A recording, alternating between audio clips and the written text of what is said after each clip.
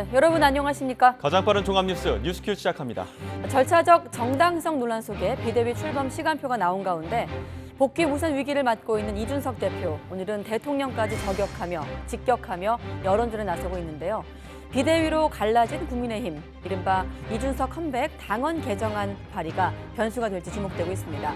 미국 펠로시 의장 만남 번복 논란과 함께 정치 원로 시각에서 오늘은 전국 진단합니다. 네, 윤 대통령과 회동은 무산됐지만 한미 의장 양자 회동과 공동 언론 발표를 마쳤습니다. 취재기자 연결해 펠로시 의장 일정 속보로 알아보고 전문가와 함께 미중 신경전 분석합니다. 네, 뉴스큐 오늘도 국회로 먼저 가보겠습니다. 국민의힘 내일 열릴 상임 전국위에서 비대위 전환과 당원 개정 여부를 논의할 예정입니다. 네, 민주당은 본격적인 경선의 막이 올랐는데요. 자세한 국회 상황 취재기자 연결해 알아보겠습니다. 엄윤주 기자. 네, 국회입니다. 네, 당내 파열음 계속되고 있는데 이준석 대표, 윤 대통령의 과거 발언을 비판했죠. 네, 윤석열 대통령은 지난달 전 정권에 지명된 장관 중에 그렇게 훌륭한 사람 봤느냐 이렇게 인사 논란에 대한 입장을 밝힌 바 있는데요. 이 발언을 끌어와 이준석 대표는 나와서는 안 되는 발언이었다고 날을 세웠습니다. 이어 당시 박민영 대변인이 이를 지적한 게 지금의 이준석 대표의 징계를 이끌었다는 한 언론사 논평에 대해 눈을 의심하게 하는 증언이다. 상당히 유감이라고도 덧붙였습니다. 전날 비대위 출범이 곧 당대표 해임이라는 해석과 함께 명예로운 퇴진을 하라는 당내 목소리에 즉각 반발했던 이준석 대표가 이번엔 윤 대통령을 직접 겨냥하는 모양새입니다.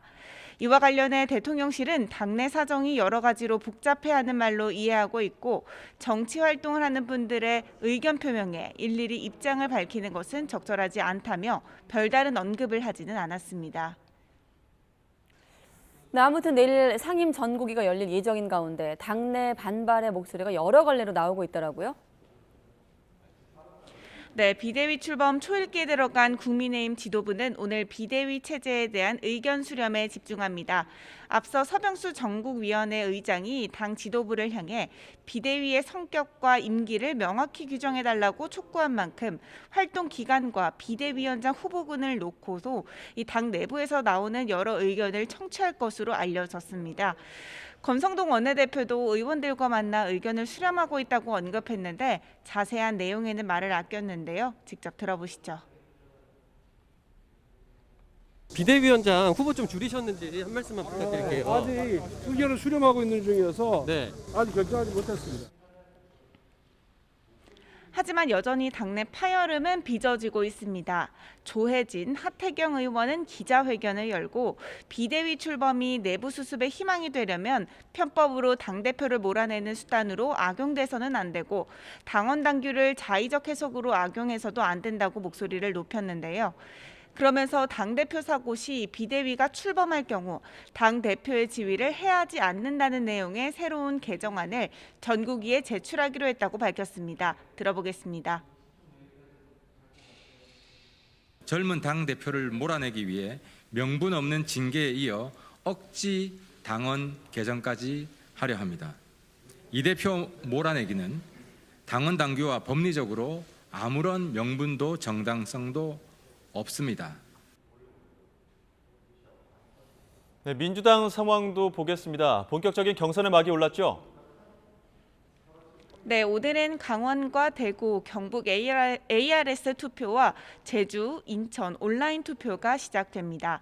당권 주자들도 일제히 표심 공략을 이어갔는데요. 이재명 의원은 제주 4.3 평화공원을 참배하고 제주 당원들과 지지자들을 만난 뒤 경남과 울산에서 지지를 호소했습니다. 특히 이 의원은 자신을 둘러싼 검경 수사와 사법 리스크 지적에 대해 모든 영역과 방향에서 자신을 향한 최대치의 공격이 이뤄지고 있다며 억울함을 내비쳤는데 직접 들어보시죠. 가끔 지치기도 합니다, 솔직히. 저도 인간이고 이 전쟁터로 끌려 나온 그 가족들 생각하면 내가 왜 여기까지 왔을까? 이런 생각을 할 때도 있습니다. 이 의원에 맞서 박용진 의원은 방송 출연과 언론 인터뷰를 통해 정견을 밝히고 강훈식 의원 역시 제주에서 4.3 평화공원을 참배한 뒤 제주의 정신을 민주당에 새기겠다고 강조했습니다. 어대 명기류가 지배적인 가운데 사실상 97세대의 단일화는 여전히 견해차를 좁히지 못하고 있어서 사실상 무산된 게 아니냐는 관측도 나오고 있습니다. 지금까지 국회에서 YTN 엄윤주입니다.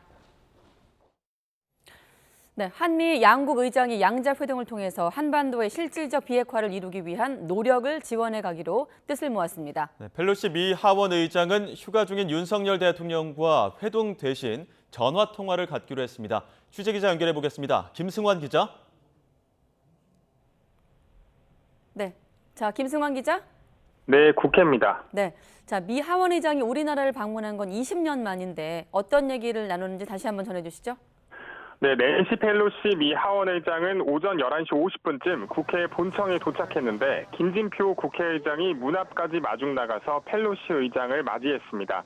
이후 11시 55분쯤 국회 접견실로 이동해서 양자회동을 했는데요.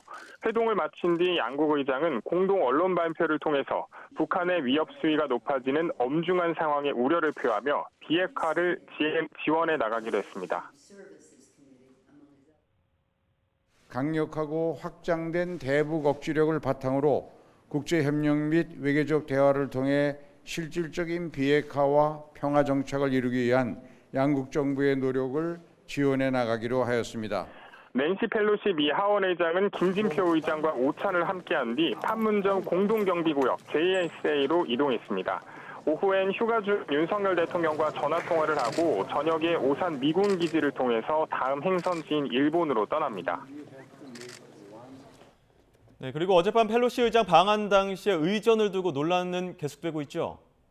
네, 더불어민주당 박홍근 원내대표는 오전 행사 뒤 취재진과 만나서 아무도 공항에 마중나지 않은 건 외교적 변례가 아닌가 생각을 지울 수 없다고 지적했습니다. 최소한 이 미국 의전 서열 3위가 이제 방한하는 것이고 거기에 따라서 우리 이제 외교 당국에서 최소한의 어떤 그런 이렇게 의전적인 어떤 애우 이런 것은 또 해야 되는 거 아니겠어요? 이른바 의전 참사 논란과 관련해 국민의힘 권성동 원내대표는 행정부가 안 나간 건 당연하고 국회에서 나가는 게 원칙이라 본다고 설명했습니다. 미국 의회에서 방문할 때는 영접을 의회에서 나가서 합니다. 그게 세계 공통의 의전 방식이에요. 그렇기 때문에 행정부에서 나가지 않은 건 당연한 거고 국회에서 나가야 되는 것이 원칙이다. 그렇게 보고 있습니다. 이에 대해 대통령실은 미 하원의장 영접은 국회가 맡는 게 외교상 관례이고 늦은 시간 도착하는 걸 고려해 국회 의전팀이 나가지 않는 걸 양측이 조율했다고 설명했습니다. 또 윤 대통령이 하원의장과 직접 만나지 않는 게 중국을 의식한 게 아니냐는 지적에 대해선 국익을 총체적으로 고려해 결정한 거라고 덧붙였습니다. 지금까지 국회에서 YTN 김승환입니다. 네, 그런가 하면 우리나라 방문에 앞서 이루어진 펠로시 의장의 타이완 방문 직후 바이든 대통령은 국가안보 참모들과 회의를 열었습니다. 네, 중국이 펠로시 방문을 이유로 무력 시위에 나선 상황에서 대응책을 논의했을 것으로 관측됩니다. 워싱턴에서 권준기 특파원의 보도입니다. 타이완 인사들의 환송 속에 펠로시 미 하원의장이 출국 비행기에 오른 뒤 바이든 대통령은 국가안보 참모들과 회의를 열었습니다. 바이든 대통령은 트위터를 통해 자유롭고 열린 인도태평양과 우크라이나에 대한 지원 등 다양한 주제에 대한 논의를 벌였다고 밝혔습니다. 코로나 재확진으로 격리 상태여서 전화통화로 회의를 주재했지만 펠로시 의장의 타이완 방문 직후라는 시점을 고려할 때 중국 반발에 대한 대응책이 다뤄졌을 것으로 보입니다. 백악관은 펠로시 의장이 하나의 중국 원칙을 위배하지 않았다며 정당한 방문이었다는 입장을 재확인했습니다. 무력 시위에 나선 중국에도 긴장을 고조시킬 이유가 없다며 자제를 촉구했습니다. There's no reason for Beijing to turn this visit, which is consistent with our policy, into some sort of crisis, or to use it as a pretext to increase aggressive military activity. 펠로시 의장은 타이완 방문을 마친 뒤에도 성명을 발표해 이번 방문은 핵심 동맹인 타이완과 함께하겠다는 강력한 의지 표현이라고 의미 부여했습니다. 타이완의 국제회의 참석을 차단할 수는 있어도 세계 지도자의 방문을 막을 수 없다며 중국 반발에도 대응했습니다. 우크라이나 전쟁을 보며 불안했던 타이완 국민들은 이번 펠로시 방문을 계기로 미국에 더 큰 신뢰를 보낼 수 있게 됐다는 평가입니다. Maybe it could be a situation of Ukraine today, Taiwan tomorrow. Being a lot of Taiwanese reason for more faith that U.S. will similarly show a steadfast commitment to Taiwan security. 하지만 미국 언론에서는 펠로시 의장의 타이완 방문에 명분이 아닌 실익이 있었는지 의문을 제기하는 목소리가 일부 제기됐습니다. 언론들은 펠로시의 방문 이전에도 우회적으로 우려를 표시했던 바이든 행정부가 결국 뒷수습에 부심하게 될 거라는 관측을 내놓기도 했습니다. 워싱턴에서 YTN 권중기입니다. 네, 중국의 낸시 펠로시 미국 하원 의장의 타이완 방문에 대한 맞대응으로 오늘 오후부터 타이완 주변에서 군사훈련을 시작하면서 우리나라 항공사들의 운행 차질도 빚어지고 있습니다. 정부는 중국이 지정한 비행 금지 구역을 통과하는 국적 항공기 100여 편의 운행 지연이 예상된다고 밝혔습니다. 이동우 기자가 취재했습니다. 낸시 펠로시 미국 하원 의장의 타이완 방문에 대한 항의로 중국이 타이완 근처에서 군사훈련을 시작하면서 우리나라 항공사들의 운항 차질이 빚어지고 있습니다. 국토교통부는 중국이 지정한 비행금지 구역을 통과하는 국적 항공기 100여 편의 운행 지연을 예상했습니다. 비행금지의 유효 시간은 현지 시각 4일 정오부터 일요일인 7일 정오까지 사흘입니다. 중국이 대만 주변 6개 지역에 비행금지 구역을 설정함에 따라서 저희 정부도 저희 항공사에게 항공 주의하라는 고시를 했고요. 이에 따라 아시아나항공은 인천공항에서 타이완으로 가는 직항편 운항 일정을 3시간가량 앞당겨 오전 7시에 출발했습니다. 타이완에서는 오후 1시에 출발해 한국 시각 오후 4시 30분에 인천에 도착하는 항공편도 3시간 30분 앞당겨 운항했습니다. 아시아나항공은 인천국제공항과 타이완을 왕복하는 직항 노선을 주 6회 운영 중입니다. 금일 인천 타이베이 항공편은 3시간 앞당겨 출발했으며 대만 영공에 대한 중국 정부의 항공 운항 금지의 변경 여부에 따라 결항 가능성까지 염두하고 있습니다. 대한항공도 주 오후에 타이완 직항 노선을 운영 중인데 중국 훈련 상황을 보고 운항 여부를 결정하기로 했습니다. 이 밖에도 일부 타이완을 지나는 동남아 노선의 항로 변경이 불가피해 비행 시간이 15분에서 1시간 30분까지 늘어날 것으로 보입니다. YTN 이동호입니다. 네, 이번엔 전문가 대담으로 한번 분석을 해보겠습니다. 자, 미국의 서열 3위 낸시 펠로시 하원 의장이 타이완 방문을 강행하면서 중국은 타이완 해협을 봉쇄하는 군사훈련에 들어가며 타이완 지역의 긴장감이 크게 고조되고 있습니다. 네, 이어서 한국을 찾은 펠로시 의장과 윤석열 대통령과의 만남이 끝내 불발되면서 그 배경에도 관심이 쏠리고 있는데요. 타이완을 둘러싸고 격동하는 국제정세, 차두현 아산정책연구원 수석연구위원과 짚어보도록 하겠습니다. 어서 오십시오. 네, 안녕하십니까. 네, 차 의원님 혹시라도 대통령과 통화했다는 속보가 들어오면 또 네네. 질문을 드리기로 하고 네. 먼저 좀 전반적으로 미중 신경전부터 국제 정세 질문부터 드리겠습니다. 네. 자, 중국은 거세게 반발하면서 해상 훈련에 들어갔고 네네. 미국은 하나의 중국을 원칙을 위배한 건 아니다라면서 중국이 좀 민감한 거 아니냐 이런 반응이에요. 네네, 그렇죠. 역시나. 네. 그러니까 결과적으로는 꼭 펠로시 의장이 네. 대만을 방문하는 타이완을 방문하는 것이 이 하나의 중국이라는 다시 네. 말해서 지금 중국 정부가 유일하게 대표성이 있다는 원칙을 위배하는 건 아니라는 게 지금 미국 측 논리고요. 네. 네. 사실상 이 중국 입장에서는 이것이 대만의 독립 감정이라든가 아니면 두 개의 중국 정책을 지금 부추기는 것이라고 보고 있는 건데요.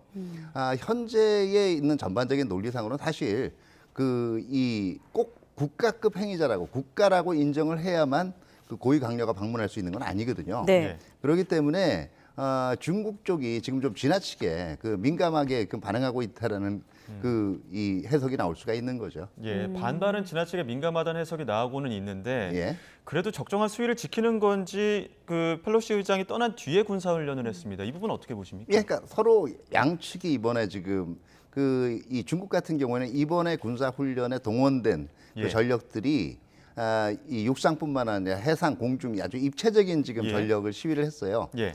이게 2016년에 중국이 이제 이 군사력 배치하다면 이 부대 구조의 방향을 과거에 7대 군구제로 있었는데 이때는 육해공군이 따로 작전을 하는 예. 시스템이었어요. 그러다가 네. 이제 5대 전구 개념으로 예. 바꿨거든요. 그러니까 이번에 아마 이 대만 해협 인근에 동원된 전력들은 대부분 중국의 그 이 동부 전구 이게 이제 대만하고 동중국해 일본을 커버하는 지역이에요. 예. 여기에 관련된 전력들이 모두 동원이 된 거고요. 중국의 동부, 동부 전구요. 예. 동부 정부. 동부 전구 전력이 지금 동원이 됐을 거고 네. 일부 다른 정부의 그 이 전력들도 아마 유사시 대비해서 이동을 했을 겁니다. 여기에 대해서 이제 미국도 이제 항모 이 전투단 전개 같은 네. 걸 했는데 결과적으로는 이런 거예요. 서로의 이것이 어떻게 보면 커뮤니케이션 방법이에요. 다시 말해서 우리는 유사시에 이 정도 전력까지를 동원할 수 있다는 걸 보여준 거고요. 네. 그렇기 때문에 일부에서는 이게 펠로시 의장 방문 이후에도 군사 충돌로 이어지지 않을까 얘기를 했는데 사실 이게 냉전 시대의 쿠바 미사일 위기라든가 아니면 아프가니스탄 이 1980년대 그 소련 아프가니스탄 침공 이후의 군사적 긴장이라든가 네. 이런 걸 비교할 때는 그 연장선상에서 보여준 양측의 어떻게 보면 고도의 커뮤니케이션이라고 볼 수가 있고요. 지금 이것이 아직은 군사 충돌로까지 생각하는 건 좀 지나치게 나가 있는 우려라고 볼 수가 있습니다. 네, 예. 지금 위원님께서 커뮤니케이션, 고도의 커뮤니케이션 방법이라고 하시면서 유사시라는 말씀하셨거든요. 자, 네. 유사시를 한번 가상해 보면 이번에 어떤 군사훈련 지도를 다시 한번 보여주시면 지금 보면 타이완 영공, 해상을 모두 봉쇄하는 그런 전략을 중국이 그렇죠. 취하고 있지 않습니까? 만약에 실제로 말씀하신 유사시라면 이런 군사작전이 이루어진다면 타이완은 꼼짝없이 이렇게 봉쇄되는 겁니까? 이제 저게 실질적인 봉쇄 효과가 있으려면 저기 이제 그 전개된 전력들이 네. 그 이 외부에서 타이완으로 들어가는 그 이 항공기라든가 선박, 그 다음에 이제 타이완에서 외부로 나가는 항공기나 선박을 전면 차단하는 행위에 나서게 되면 저게 실질적인 봉쇄가 되는 거고요. 네. 예. 지금 아직까지는 사실은 이 위험성 때문에 사실은 지금 우회하는 거지 공식적으로 납포하거나 지금 이제 이 돌려보낸 기록은 없거든요.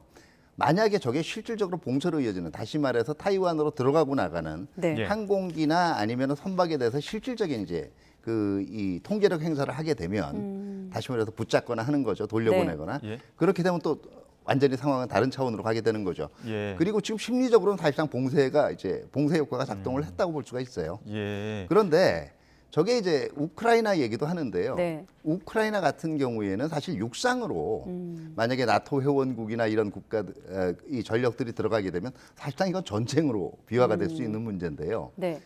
저게 이 타이완 해협 인근에 있는 이 대부분의 이 지역들은 공해거든요.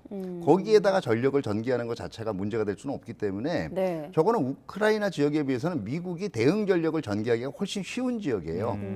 그렇기 때문에 실질적으로 그 봉쇄 효과를 이 상쇄하기 위해서 지금 미 해군 전력도 지금 전개가 돼 있는 걸로 볼 예. 수가 있죠. 이게 봉쇄 전략이라고 볼 수 있겠지만 그러니까 전력을 과시하는 측면도 있고 제가 볼 땐 과시 측면이 아직은 더 큰 거죠. 그래 또 한편에서는 대만과 중국, 그러니까 타이완과 중국을 무력으로 봉합하려는 어떤 봉합 정책의 리허설격이다 이렇게 좀 평가하는 부분들도 있던데요. 먼 훗날은 그럴 수 있을 거예요. 근데 예. 저는 아직은 아니라고 봅니다. 왜냐하면 사실은 지금 타이완과 관련돼서 저렇게 긴장이 강화된 이유를 따져보면은요. 예. 이게 90년대나 이런 때는 잘 안 보이던 양상이란 말이에요. 예. 근데 아마 90년대 아마 중국이 생각을 한 것은 홍콩도 마찬가지고 지금 타이완도 마찬가지고요. 서서히 중국의 시스템을 강요하는 예. 그렇게 침투시키는 방향으로 갔을 거고요. 오히려 서방이나 미국이 생각을 했던 거는 그게 중국이 오히려 이 타이완이나 그 홍콩으로부터 일부 시스템의 그 좋은 점을 받아가면서 서로 변해가는 걸 바랬을 건데 결국 이게 최근에 이제 미중 간의 전략 경쟁이 벌어지는 양상을 보면 이제는 상대방 체제가 문제라는 공격으로 이제 되고 있단 말이에요. 예. 그러면 네. 중국이나 이제 이 러시아도 마찬가지입니다만 서서히 자기의 시스템을 경제적이고 정적인 시스템을 강요하는 방향으로 가면 해결될 걸로 봤는데 이걸 서방이 지금 그러지 못하게 차단을 하고 있다고 보는 거고 그러면 다시 언제든지 무력을 이용해서 영토적으로 봉쇄하거나 또 그 영향력을 행사하는 그 시대로 돌아갈 수 있다는 걸 지금 보여주는 거고요. 네. 예. 미국하고 이 서방은 지금 그게 쉽지 않을 거다라는 걸 또 보여주는 거죠. 그렇기 때문에 제가 이것이 고도의 커뮤니케이션이라고 얘기를 하는 겁니다. 서로 보여주기식이다. 예, 상대 보란 듯 군사를 강조했다. 그럼 누가 더 좀 더 위축이 됐을까요? 아무래도 로널드 레이건 호도 보이고 전함 내척도 배치가 됐으면 중국이 좀 더 위축되는 양쪽 겁니까? 다 우려를 하고 있고요. 중국 입장에서는 어떻게 보면 그 펠로시 의장의 방문 자체가 사실은 미 국내에서도 여러 가지 논란을 일으키고 있잖아요. 네. 그건 무슨 얘기냐면 제가 보기엔 중국 같은 경우에 급격하게 군사력을 향상시키고 있지만 아마 향후 한 5년 내지 6년 내에 미국이랑 직접 그 군사적인 갈등이 생기는 상황을 바라지는 않을 거예요. 그렇기 때문에 중국 입장에서는 조금 당혹하기도 했고 거기에 대한 이 반발이나 분노가 더 크게 나타나는 것처럼 보이는 거죠. 예. 근데 일각에서는 지금 펠로시 하원 의장의 타이완 방문이 공연히 중국을 자극했다라는 의견도 있고요. 한편으로는 미국의 입장을 분명히 전달했다 이런 의견도 있거든요. 예. 국제 정세 측면에서 어떻게 판단하십니까? 말씀하신 대로 미국 안에서도 엇갈리고 있고요. 예, 근데 그 미국 안에서 벌어진 논쟁을 타이완을 간 거 자체를 문제를 삼는 건 아니에요. 왜 지금 갔느냐는 거죠. 예. 긴장이 한참 올라올 수 있는 분야. 그 다음에 언젠가는 아마 미국 내에서 생각하고 있는 것이 미국 그 의회 지도자가 타이완을 방문할 수 있을 겁니다. 근데 왜 펠로시 때 꼭 그러기 때문에 저게 그 미국 행정부의 정책보다는 펠로시 의장의 자기 정치가 아니냐. 예. 국내 용어로 얘기하는 이런 얘기도 나왔는데요. 사실은 제가 보기에는 어떻게 보면 미 행정부가 사실 다른 의견을 보이고 있다라는 것도 긴장을 지나치게 올리고 싶지 않은 하나의 제초라고 볼 수가 있고요. 지금 펠로시 의장이 의장의 그 타이완 방문이라든가 싱가포르 아니면 앞으로 우리도 그렇고 일본에 던질 메시지는 바이든 행정부가 추진하고 있는 인도태평양 전략하고 결이 틀린 것은 아니에요. 다만 속도하고 수준의 문제일 뿐이죠. 알겠습니다. 지금 일정대로라면 낸시 펠로시 의자 이제 우리나라에 왔고 어젯밤에 지금은 판문점 공동경비구역으로 이동을 한 상황이고 윤석열 대통령과 이제 만남은 불발됐습니다만 네네. 통화를 할 예정입니다. 앞서 말씀드린 대로 속보가 들어오면 다시 한번 알려드리고 어떻습니까? 지금 우리나라에 와서 국회의장을 만나서 낸 메시지가 있거든요. 어떻게 네네. 들으셨습니까? 네, 결과적으로는 가장 우리가 이제 이 관심을 가지고 있는 메시지, 북핵 위협 대응에 대해서 이제 동맹 차원에서의 이 공동 대응 체제를 강화해 나간다라는 것이 주 내용인데요. 이렇게 이 펠로시 의장이 제가 왜 저게 미국 행정부의 얘기랑 결이 다른 게 아니다라는 얘기하냐면 각국마다 차별화된 메시지를 던졌단 말이에요. 싱가포르 가서 얘기한 건 결국 체제의 공통성 문제예요. 민주주의라든가 인권 같은 것이 수호고 대만 같은 경우에는 아까 이 대만 내부의 반응에서 나왔지만 미국이 실질적으로 우리를 중국의 압력으로부터 지켜줄 수 있을까에 대한 불안감이 작용하는 차원에서 어시어런스, 상당한 보증 효과를 줬단 말이에요. 그러니까 각 국가들이 가장 관심을 가지고 있는 의제들을 가지고 펠로시 의장이 얘기를 했고 이것이 바이든 행정부가 기존에 해오던 정책하고 틀리지는 않다는 얘기예요. 이 부분 어떻습니까? 저희 앞서 리포트로도 보셨습니다만 이 펠로시 의장 어제 방한했을 때 의전 논란이 있었는데 이 부분은 국회 차원에서 좀 다뤄줘야 되는 그런 부분이라고 보십니까? 제가 볼 때는 과연 누가 주 의전을 담당할 거냐에 대한 아마 조율이 이루어지지 않으면 조금 아쉬움이 있는데 이거는 지금 근본적으로는 의회 외교의 차원이거든요. 그러면 국회에서 먼저 의전 문제에 대해서 나섰어야죠. 그러니까 야당에서는 지금 의전 참사라고 하지만 의회에서 영접하는 게 이제 의전 방식인 그 조정이 거고. 이루어지지 않았다는 점 자체는 조금 아쉬움이 있는 거죠. 그럼 이런 점은 어떻습니까? 일단 아까 자기 정치 말씀하셨는데 대통령 입장에서도 정치를 할 수 있는 기회였을 텐데 물론 휴가 중이긴 합니다만은 지금 조율하고 있다고 했다가 이제 오락가락 좀 혼선이 있었어요. 뭐 그런 부분들은 어떻게 보십니까? 저게 지금 아까도 말씀드린 의회 외교 차원이기 때문에 꼭 직접 만나지 않았다라고 해서 갑자기 한미 관계에 이상이 생긴다든가 그건 아니에요. 근데 개인적으로는 이제 조금 아쉬움을 가지고 있는 것은 사실 펠로시 의장이 지금 협의할 기회가 없어서 통화할 기회가 없어서 지금 그 많은 반발을 무릅쓰고 타이완까지 방문하면서 인도태평양 지금 4개 지역을 순방한 게 아니란 말이에요. 일종의 상징성이에요. 이 바이든 행정부가 추진하고 있는 인도태평양 전략을 의회 차원에서도 충실하게 뒷받침할 자세가 되어 있다라는 거에 대한 상징도 있고 그만큼 인도태평양 지역에서 이 4개 지역을 핵심적인 협력 파트너로 여기고 있다라는 걸 상징적으로 보여준 거거든요. 그런데 지금 또 만났던 대상들도 보면 싱가포르에서 리센융 총리를 만났어요. 대만에서 지금 그 차이잉원 총통을 만났고 아마 내일 아마 지금 기시다 총리를 만날 걸. 물론 네. 그 일본이나 싱가포르 같은 경우에 사실 의원 내각제적인 성격이 강하기 때문에 당연히 의회 외교 차원에서 만나게 되면 총리를 만날 수 있는 구조예요. 그렇기 그렇죠. 때문에 이것이 이번에 직접적인 회동이 이루어지지 않았다고 해서 이것이 한미의 공조라든가 동맹 차원에서 이상징후를 얘기하는 건 아닙니다. 다만 개인적으로 아쉬운 것은 네. 아까 말씀드린 상징성, 미국이 핵심적으로 인도 태평양 지역에서 이 국가들과 협의를 같이 해나간다에 대한 상징성 면에서 좀 아쉬운 면이 있고요. 네. 두 번째는 제가 우려하는 건 아마 정부에서는 굉장히 종합적인 면을 고려를 했을 거예요. 지금 안 그래도 타이완 문제를 놓고 긴장이 높아지고 있는 가운데 여기서 우리까지 여기 그 펠로시 의장을 만나게 되면 이것이 한중 관계도 악영향을 미치지 않을까라는 얘기를 걱정을 했을 수도 있고 네. 이게 종합적인 정말 국익을 판단했을 겁니다. 근데 역으로 생각을 하면 중국 입장에서는 이제 한국이 가장 약한 고리가 될 수가 있구나. 한국한테는 불쾌한 죄초를 쓰거나 압력을 집어넣으면 거기다 공조 상황에서 그거를 끊을 수 있는 고리가 될 수 있다는 나쁜 메시지를 줄 수 있어요. 그렇기 때문에 이 사후 관리에 상당히 앞으로 신경을 써야 될 겁니다. 자, 그렇다면 과정을 떠나서 결과적으로 이렇게 펠로시 의장을 우리 대통령이 만나지 않은 것에 대해서 결과적으로 어떻습니까? 중국을 좀 의식한다면요? 결과적으로 어떻습니까? 안 만난 게 나았을까요? 저는 그게 지금 한중 관계에 크게 영향을 미칠 걸로 보지는 않아요. 다만 정부 차원의 고민은 분명히 있었을 거고요. 어쨌든 그래도 전화 통화가 성사가 됐다라는 것 자체는 그만큼 그래도 그 모양새 관리는 했다라는 얘기죠. 네. 지금 미국 내부에서는 뭐 펠로시 의장이 자기 정치한 것 아니냐 이런 일각의 의견도 나온다고 앞서 말씀을 해주셨습니다만 지금 이렇게 내일 일본까지 방문을 하는 모든 일정을 마무리하고 나서 펠로시 의장이 가져갈 수 있는 것들은 어떤 것들이 있다고 보십니까? 네, 펠로시 의장 입장에서는 결국 의회 차원에서도 지금 중국을 어떻게 다루느냐, 그다음에 인도 태평양 지역에 있어서 전략을 어떻게 다루느냐, 의회도 자기 목소리가 있다라는 거고요. 그게 네. 바이든 행정부하고 틀리다라는 게 아니라 의회가 굉장히 중요한 플레이어라는 걸 하나 보여주는 효과도 있어요. 그런 만큼 의회 수장으로서의 자기의 스테이터스에 대한 이 부각의 효과도 있는 것이고요. 또 펠로시 의장의 입장에서는 미국의 민주당의 주요 인사들 중에서 이 미국의 전반적인 방향을 이끌어 나가고 있는 것은 대통령뿐만 아니라는 걸 미국 국내에 각인시키는 효과도 있었을 겁니다. 네. 지난번 나토 정상회의 때도 이런 얘기를 했었던 것 같은데 지금 우리 정부가 미중 사이에서 고심하고 있지 않습니까? 한중 관계 이제 포함해서 경제 안보 이런 측면이 되겠죠.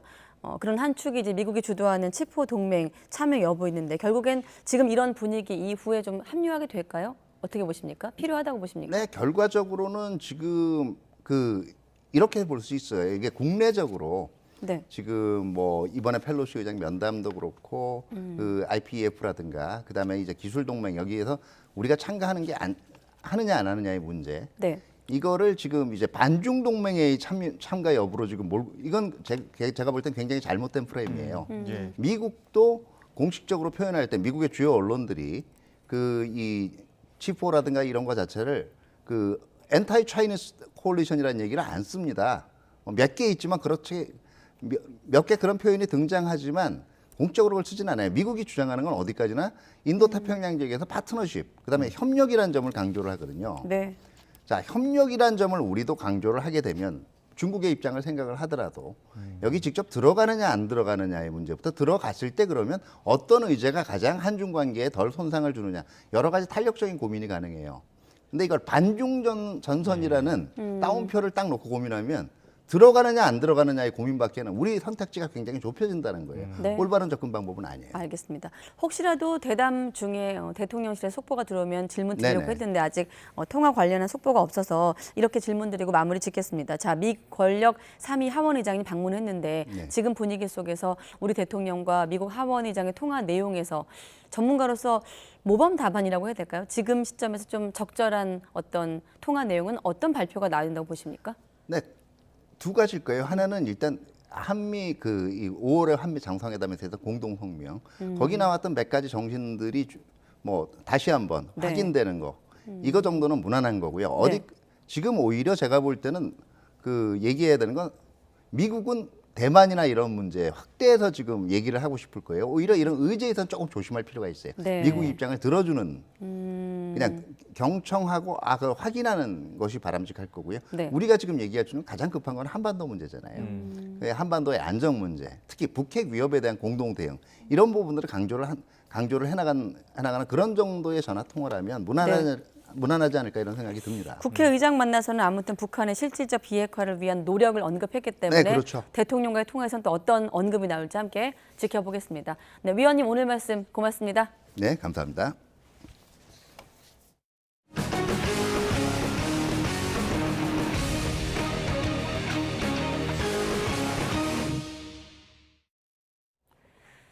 네, 코로나19 신규 환자가 10만 명대 후반을 기록한 가운데 위중증 환자가 78일 만에 300명을 넘어서고 있습니다. 정부는 재유행이 이달 중 15만 명 수준에서 정점을 찍은 뒤 정체기로 접어들 것으로 내다봤습니다.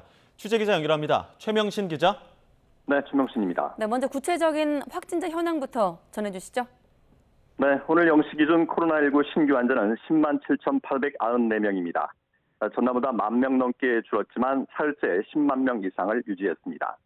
일주일 전보다는 2만 명 가까이 늘었고 2주 전보다는 3만 6천 명 넘게 증가해 확산세가 이어지고 있습니다. 유형별로는 국내 발생이 10만 7,459명, 해외 유입이 435명입니다. 위중증 환자는 26명 늘어난 310명으로 지난 5월 18일 이후 78일 만에 300명을 넘어섰습니다. 위중증 환자는 일주일 전 196명, 2주 전 107명이었는데 일주일 간격으로 100명 안팎씩 늘며 증가세가 가파릅니다. 하루 새 숨진 사람은 34명 나왔습니다. 병상도 점점 차서 중환자 병상 가동률은 32.7%를 기록했고 재택치료 환자는 3만 명 넘게 늘어 50만 명을 넘어섰습니다. 네, 방역당국이 코로나19 유행이 이달 중에 15만 명 수준에서 정점을 찍을 것이다 이렇게 전망을 했다고요? 네, 당국은 코로나19 유행이 이달 중 15만 명 수준에서 정점을 찍은 뒤 정체기로 접어들 것으로 내다봤습니다. 백경란 질병관리청장은 최근 환자 발생이 다소 꺾이면서 당초 예상했던 25만보다 낮은 20만 명 이내로 신규 환자가 발생할 것으로 예상하고 있다고 밝혔습니다. 백 청장은 앞으로 면역 순위 감소하는 인구가 더 늘어나고 새로운 변이가 발생할 수도 있다는 점, 그리고 휴가철을 맞아 사회적 접촉이 증가하는 등 여러 가지 요인에 따라 상황이 달라질 수 있다고 설명했습니다. 이에 대해 이상원 방대본 역학조사 분석단장은 분석그룹에 따르면 이달 중 정점이 올 거라는 의견이 다수라며 높아진다 하더라도 11만에서 19만, 중앙값으로 보면 15만 명 정도에서 정점을 이룰 것으로 예상하고 있다고 말했습니다. 다만 유행이 완전히 감소하지 않고 지난번보다 다소 높은 수준으로 정체기가 유지될 수 있다고 우려했습니다. 방역당국은 또 오미크론 변이에 특화된 계량 백신이 국내에 도입되기까지는 2, 3개월이 소요될 것이라며 4차 접종 대상자는 지체 없이 추가 접종에 참여해 줄 것을 당부했습니다. 지금까지 사이부에서 YTN 최명신입니다. 코로나19 국내 누적 확진자 수가 2천만 명을 넘어서면서 전 국민의 40%, 5명 가운데 2명은 코로나19에 감염되어 있거나 감염됐던 것으로 집계됐습니다. 대부분 격리 후 일상으로 돌아가지만 오래 지속되는 후유증, 이른바 롱코비드로 고생하는 분들도 적지 않은데요. 미국에서는 수백만 명이 이러한 롱코비드로 직장을 잃는 등 사회생활에 지장을 받고 있다는 보도까지 나오고 있습니다. 세계보건기구 WHO는 코로나19에 감염된 뒤 하나 이상의 증상이 감염 3개월 이내에 발생해 최소 2달 동안 지속되는 상태를 장기 지속 후유증, 롱코비드로 정의합니다. 그런데 최근엔 WHO가 인정하는 코로나 후유증 증상이 2배가량 늘어나 62종에 달한다는 연구 결과가 나왔습니다. 가장 흔한 증상은 역시나 기침이죠. 바이러스는 사멸했지만 폐나 기관지에 염증이 남아있는 사례입니다. 그 외에도 알려진 건 전신 쇠약, 무기력증, 이명, 호흡 곤란 등도 있고 머리가 멍해지고 집중하기가 어려운 이른바 브레인포그 증상도 흔한데요. 의료계에서는 뇌에 산소나 혈액 공급이 원활하지 못해 인지 능력이 손상됐을 가능성에 무게를 두고 있습니다. 미각이나 후각에 이상이 생기는 경우도 바로 이 원인 때문이죠. 특히 예의주시해야 할 증상이 있습니다. 바로 심혈관계 증상인데요. 코로나19 감염 이후 합병증 위험도가 증가한다는 연구 결과도 있습니다. 따라서 부정맥이나 심부전 등 심혈관계 질환 증상에 해당하는 가슴 뻐근함, 통증, 두근거림이 있다면 꼭 검사를 해보셔야 합니다. 최근에는 드물게 보고됐던 증상들이 코로나 후유증으로 재확인된 사례도 있는데요. 탈모부터 재채기, 쉰 목소리 등의 증상도 광범위하게 확인됐고 특히 성욕 감퇴나 성기능 이상 증상들도 빈번했습니다. 그런데 환자를 더욱 답답하게 하는 건 코로나19 후유증에 대한 특별한 치료법이 아직 없다는 점입니다. 우리 정부도 코로나 후유증에 대한 심각성을 인지하고 대규모 연구에 착수할 예정이라고 하는데요. 코로나 재유행 방역도 중요하지만 코로나 후유증에 대한 면밀한 정책적 고민도 필요해 보입니다. 네, 통화 관련 속보가 들어왔습니다. 휴가 중인 윤석열 대통령, 한국을 방문하고 있는 낸시 펠로시 미국 하원 의장과 통화를 했습니다. 펠로시 의장의 방안을 환영하고 앞으로 한미 동맹 관계를 더 긴밀하게 발전시키자는 내용을 주고받은 것으로 알려지고 있습니다. 통화 자리에 배석한 김태효 국가안보실 1차장의 브리핑 들어보겠습니다.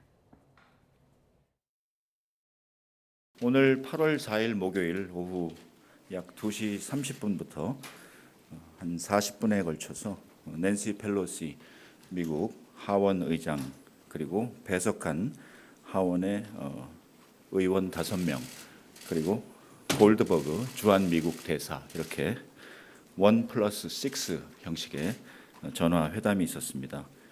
미국에서는 펠로시 하원 의장을 포함해서 그레고리 믹스 하원 외교위원장, 마크 다카노 하원 재향군인위원장, 수잔 델베네 하원 세입세출 부위원장, 그리고 라자 크리시나무르티 하원 정보위원, 그리고 앤디 킴 하원 의원, 그리고 주한미 대사 이렇게 6명이 배석을 하였습니다. 우선 펠로시 하원 의장은 윤 대통령의 첫 여름 휴가에 가족과 함께 시간을 보내는 가운데 시간을 내주셔서 감사하다는 덕담을 건넸습니다. 그리고 이어서 배석자 한 사람 한 사람을 소개하면서 이어서 대통령과 상대방 측 하원 의원들 간의 1대1 현안별 토론이 이루어졌습니다. 외교 이슈, 국방 이슈, 기술 협력 이슈, 청년 이슈, 여성 이슈, 그리고 기후 변화 등의 이슈에 대해서 꽤 구체적으로 장시간 얘기를 나눴습니다. 낸시 펠로시 하원 의장은 한미 동맹은 여러 관점에서 중요성이 있지만 특히 도덕적으로 볼 때도 반드시 지켜야 하는 것이다 이렇게 언급을 하였습니다. 최근 워싱턴 한미 추모의벽 제막식이 거행됐듯이 그동안 수십 년에 걸쳐서 수많은 사람의 희생으로 지켜온 평화와 번영을 양국이 반드시 지키고 갖고 나가야 할 의무가 있다 이렇게 화답을 하였습니다. 그리고 앞으로도 한미 간에 자유롭고 개방된 인도 태평양 질서를 함께 가꾸어 갈 것을 제안하였습니다. 윤 대통령은 5월 21일 한미 정상회담에서 바이든 대통령과 약속한 글로벌 포괄적 전략 동맹을 앞으로 발전시키는데 미국 의회와도 긴밀히 협력해 나갈 것을 약속하였습니다. 통화에 이어서 펠로시 일행의 공동경비구역, 판문점 구역 JSA 방문이 예정돼 있으므로 여기에 대해서 윤 대통령은 이번 펠로시 일행의 방문이 한미 간의 강력한 대북 억지력의 징표가 될 것이다 라고 언급을 하였습니다. 그리고 이어서 아시아 순방이 끝까지 성공적으로 잘 마무리되기를 기원하면서 배석한 하원 의원들에게 지역구에서 우리 코리안 아메리칸 한인들에게 각별히 배려해 줄 것을 당부하였습니다. 네, 국가안보실 1차장의 브리핑 들으셨는데 잠깐만 조금 정리해보면 지금 시각은 4시 반입니다만 통화는 오후 2시 반부터 2시간 전에 한 40분 정도 대통령과 펠로시 의장이 통화를 했고 관련된 내용은 앞서 언급한 대로 한미 동맹과 관련된 내용을 언급한 것으로 특히나 포괄적 동맹 발전을 위해서 미 의회와 긴밀하게 협력하겠다는 내용이 포함되어 있습니다. 또 추가적으로 앞서 그 김태호 1차장의 언급인데 대통령실에서 펠로시 의장을 만나지 않은 않는 것과 관련해 애초에 이제 이번 회담과 만남이 무산되면서 혹시라도 미중 신경전 속에 중국을 의식해서 회동이 무산된 것 아니냐 이런 관측이 있었는데 여기에 대해서 중국을 의식한 것은 아니다라는 확인이 있었고요. 또 이 펠로시 측의 전화통화 의향을 오늘 아침에 타진했다라는 추가 내용도 함께 밝혔습니다. 네, 한 가지가 더 있네요. 미국 하원 외교위원장이 윤석열 대통령에게 유엔 총회에 참석해달라는 요청을 했다라는 내용까지 포함되어 있습니다. 좀 더 자세한 내용은 취재기자가 정리하는 대로 다시 한번 여러분께 알려드리겠습니다. 네, 다음 소식입니다. 심야 시간대 택시 잡기가 힘들어졌다고 하는데 정작 택시 회사에선 빈 택시가 남아돌고 있습니다. 운행할 기사가 없기 때문이라고 하는데 상대적으로 낮은 임금과 처우로 구인난을 겪고 있습니다. 현장에 취재기자 나가 있습니다. 윤혜리 기자. 네, 서울 관악구에 있는 택시 차고지에 나와 있습니다. 네, 지금 윤 기자 뒤로 정차되어 있는 택시들이 쭉 보이는데 그럼 운행하지 않는 택시들인 겁니까? 네, 한창 택시들이 바쁘게 운행을 해야 할 시간인데 지금 제 뒤로 보이시는 것처럼 차고지에 택시가 빼곡하게 주차돼 있습니다.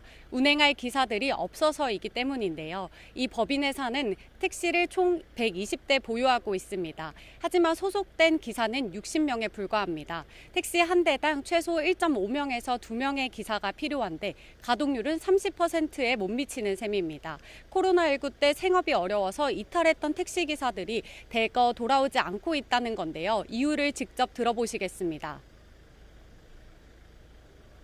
코로나 때문에 어려움을 받고 두 번째는 택시 사업장의 월급이 최저임금 수준에 미치기 때문에 그 이상의 월급을 받기 위해서 다른 킥 서비스나 다른 업종을 선택한 것 같습니다. 실제로 전국의 법인 택시 면허 대수는 8만 5천여 개인데 택시기사는 7만 4천여 명에 불과합니다. 코로나19가 터지기 전인 지난 2019년 8월엔 면허 대수가 8만 7천여 개로 비슷했지만 당시 택시기사는 10만 명이 넘었습니다. 불과 3년 사이에 3만 명 넘게 줄어든 겁니다. 보험료와 같은 유지비를 감당하기 어려운 법인 회사들은 택시를 중고차로 팔거나 폐차시키고 끝내 도산하는 경우도 많다고 합니다. 네, 윤혜리 기자, 택시기사가 구해지지 않는 이유도 궁금하고 또 승차난을 해소하기 위한 정부의 해법도 있는지 궁금한데요. 네, 제가 이곳에 있는 택시기사들과 얘기를 나눠봤습니다. 카카오와 같은 플랫폼 택시기사의 경우 주 6일 하루 10시간을 꼬박 일하고 500만 원 정도를 벌면 기사에게 떨어지는 수입은 260만 원 정도라고 합니다. 일반 법인회사의 경우는 200만 원 정도라고 하는데 최저임금과 큰 차이가 없는 셈입니다. 이곳 차고지에도 곳곳에 기사를 구한다는 안내문이 붙어 있지만 올해 신규 입사자는 1명에 불과하고 그마저도 이번 달에 그만뒀습니다. 그만큼 벌이는 어렵고 기사를 구하기도 어렵다는 겁니다. 그렇다면 정부는 어떤 대책을 마련하고 있을까요? 우선 승차난 해소를 위해 탄력요금제 도입을 검토하고 있는데 택시업계도 긍정적입니다. 밤 10시부터 다음날 새벽 2시, 심야 시간대 요금을 원래보다 최대 100%까지 올려받을 수 있도록 하는 겁니다. 또 승차난이 해소되기 전까지 개인 택시기사가 사흘에 하루를 쉬도록 한 3부제를 해제하겠다고 밝혔습니다. 이 밖에도 정부는 승차난이 계속될 경우 장거리 손님을 골라 태울 수 없도록 강제 배차하거나 택시 외 영업이 가능하도록 규제를 완화하는 방안도 거론하고 있습니다. 이에 대해 택시업계는 무엇보다 택시요금 현실화와 젊은 신규 기사를 유입할 수 있는 근로 환경 개선이 필요하다고 요구하고 있습니다. 지금까지 서울 관악구에 있는 택시 차고지에서 YTN 윤혜리입니다. 서울 전역에 폭염주의보가 내려졌지만 건설 노동자들은 땀을 흘리며 오후 작업을 진행하고 있습니다. 작업 현장에는 충분한 물과 함께 휴식을 취할 그늘진 장소 등이 의무적으로 제공돼야 하는데요. 건설 현장에 나가 있는 취재기자 연결해 실제로 어떻게 대비하고 있는지 알아보겠습니다. 정인용 기자. 네, 저는 서울 홍은동의 한 건설 현장에 나와 있습니다. 네, 지금 30도가 넘는 더위 속에서 일하기 쉽지 않을 것 같은데 현장에서 열사병 수칙들 잘 지켜지고 있습니까? 네, 현재 말씀하신 대로 서울에는 폭염주의보가 내려져 있습니다. 이 경우 시간당 10분 정도 휴식 시간이 의무적으로 제공돼야 합니다. 각자 작업 공간 주변에 이런 쉼터 같은 곳에 들어가서 쉬게 되는 건데요. 저희가 안으로 들어가서 한번 어떤 상황인지 설명해 드리겠습니다. 이렇게 안으로 들어와 보시면 오른쪽에 보시면 이렇게 냉방기를 통해 시원한 바람이 끊임없이 나오고 있고요. 또 반대쪽을 보시면은 아이스크림이나 또 얼음물과 같은 것들도 구비되어 있습니다. 역시나 노동자들이 앉아서 쉬기 위해서 바로 뒤에 이렇게 의자도 마련되어 있는 상황입니다. 역시나 아까 말씀드릴 땐 저희가 10분 정도라고 했는데 그렇게 하면 너무 짧기 때문에 대부분 노동자들이 한번 쉬게 되면 10분 이상을 쉰다고 합니다. 이처럼 일선 작업장에서는 열사병을 예방하기 위해 물과 그늘, 휴식 등 3대 수칙을 반드시 지킬 필요가 있습니다. 항상 2명 이상이 함께 근무하면서 서로의 건강 이상 여부를 살피는 것도 신속한 대응을 위해 무엇보다 중요합니다. 올해는 일찍부터 무더위가 시작되다 보니 다른 때보다 온열 질환자들이 많이 발생하고 있는데요. 이번 여름철 벌써 1,000명이 넘는 온열 질환자가 나온 걸로 집계가 됐습니다. 특히 온열 질환 산재 피해자들도 매년 평균 30명 이상 나오고 있고 사망자들도 잇따르고 있는 만큼 각별한 주의가 필요합니다. 정부는 오는 19일까지 특별 단속 기간을 운영하며 사업주가 열사병 예방 수칙을 잘 이행하고 있는지 확인할 방침인데요.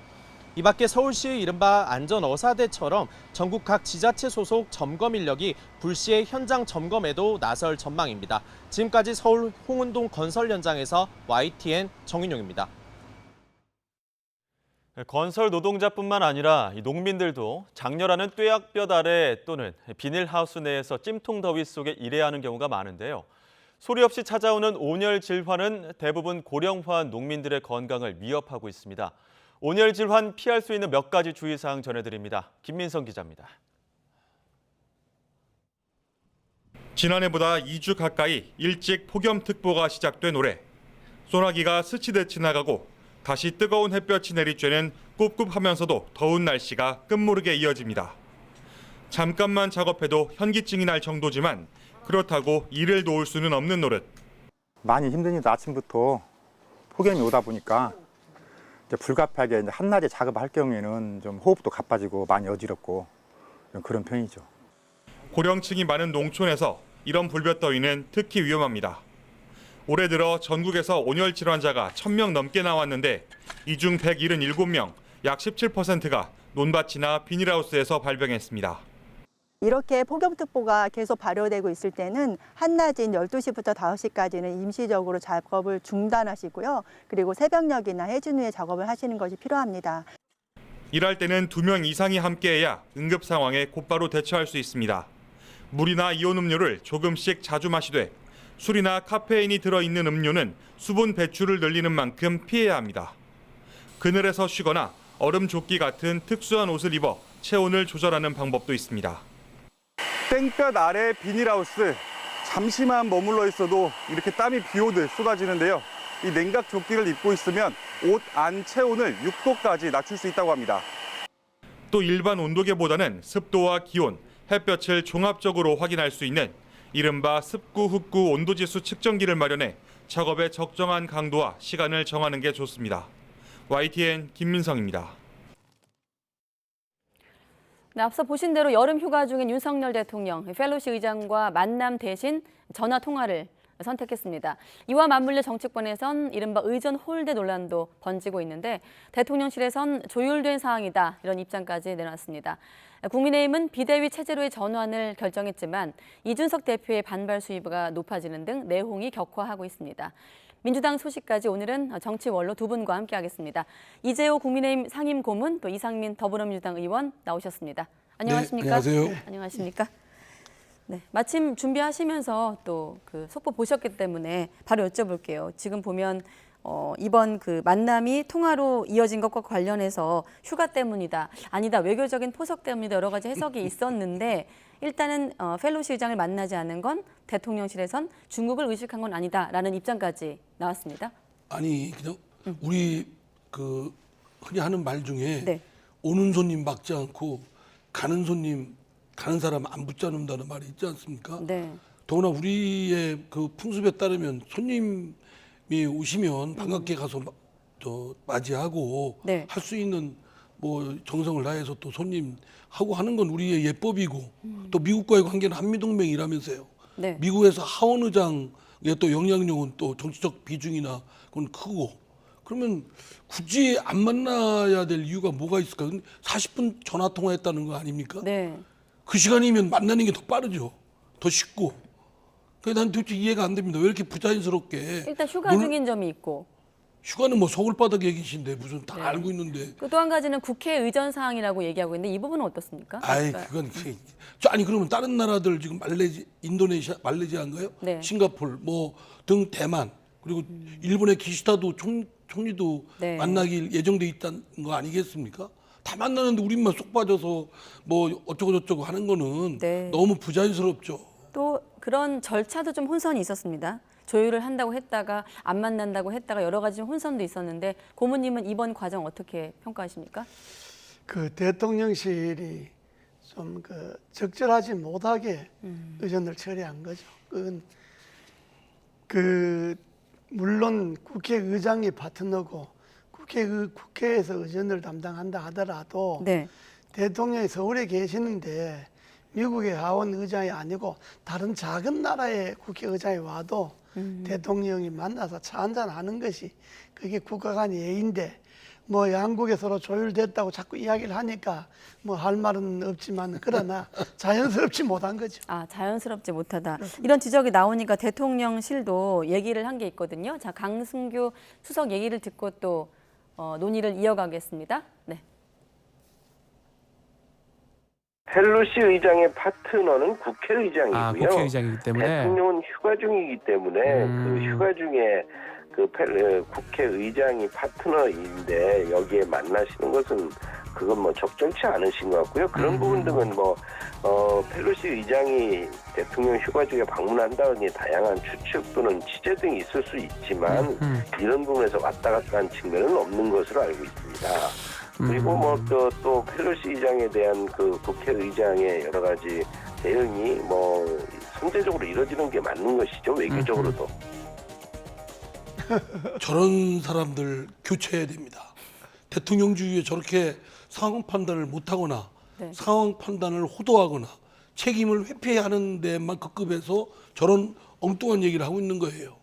지금 누가 봐도 부자연스럽고 의전상 저렇게 조금 더 아니 만나서 얘기를 하면 되고 뭐 이렇게 충분히 상대도 공감할 수 있는 그런 방법이 있는데 네. 하고 나서 저런 얘기 하는 거 아니에요? 국회의장이 파트너고 파트너인데 대통령이 휴가 중에 어떻게 또 만나냐 이런 형식 논리적인 얘기만 자꾸 하고 있는 겁니다. 네, 정말 그 말씀 듣다 보니까 정말 왜 안 만났을까 이런 생각이 들긴 합니다. 우선 첫 번째는 시민사회 수석이 저 이야기를 하는 것도 적절하지 않는 거고 전 잘못된 거고 네. 적절하지 않는 게 아니라 잘못된 거고 어떤 측면에서 잘못된 건가요? 시민사회 수석이 왜 나섭니까? 그것도 대변인 나서든지 홍보수석이 나가서지 왜 시민사회 수석이 펠로시 의장 만나고 안 만나고 하는 걸 무슨 시민사회 수석이 나설 일이 아니잖아요. 예. 그러니까 저건 청와대가 그만큼 질서가 청와대가 아니라 용산 대통령실이 그만큼 질서가 없다는 이야기예요. 아무나 그냥 말끝만 잡으면 되는 줄 알고 있는데 그게 아니잖아요. 그 다음에는 이유가 휴가 중에 만난 적절하다. 아 휴가를 어디 뭐 제주도로 갔습니까? 하와이로 갔습니까? 서울에 계시는데 휴가가 휴식이라면요. 아, 휴식 주에라도 외국에 미국에 하원 의장이 왔으면 차나 한잔 합시다 하는 게 그게 아름다운 풍속이지. 그리고 그게 그걸 분위기에 굳이 맞는 거 아닌가요? 휴가 주일에 안 만난다 하는 것도 말이 안 되는 거고. 네. 그다음 세 번째는 파트너가 국회의장이다. 아 누가 파트너로 만나라는 겁니까? 아 대통령이 하원 의장하고 파트너끼리 만나라는 게 아니고 네. 우리나라의 국회의장을 만나러 왔으니까 우리나라의 대통령이 예의상 만나서 차나 한잔 합시다 네. 하고 가벼운 대화라도 주고받으면 누가 봐도 그게 아름다운 거죠. 네. 저렇게 안 만나갖고 온갖 되지도 않은 사람들이 나와갖고 이 소리 저 소리 하는 게 그게 자꾸 윤석열 정부가 지지도가 떨어뜨리는 거예요. 저런 짓 하면 안 됩니다. 네, 근데 마침 또 연극 관람한 사진이 옆에 나가고 있는데 여기에 대해서 여권 안에서 유승민 전 의원 같은 경우도 외교적 결례란 지적이 나왔습니다. 연극 보고 뒤풀이까지 하면서 미 의회 대표를 왜 만나지 않느냐 이런 언급까지 했어요. 그러니까 국가이익을 따지면 미국의 어느 정치인들, 국회의원들을 만나서 네. 의사소통하고 네트워크를 하고 하는 건 어느 정치인은 그렇게 해야 되거든요. 대통령이면 더 나서고 해야죠. 더구나 하원 의장이 왔는데 그 좋은 기회인데 네. 그를 발로 차버리고 저렇게 또 의전상 결례라는 소리까지 듣고 네. 오히려 또 해명하는 게 논란을 더 증폭시키는 거 아니에요? 그러니까 저런 참모들은 빨리 좀 교체해야 됩니다. 저거는 해명이 전적으로 잘못된 거고 네. 뭐 대통령이 진짜 누가 봐도 저건 완전히 대통령 집무실이 지금 주목국을 운영한다 이렇게 볼 수밖에 없고 연극 구경하는 건 나는 그건 할 수 있다고 봐요. 휴가 중에. 네. 그 전날이잖아요. 전날이니까 연극 구경하고 뒷풀이하고 하는 건 좋은데 네. 만나는 건 그 다음 날이잖아요.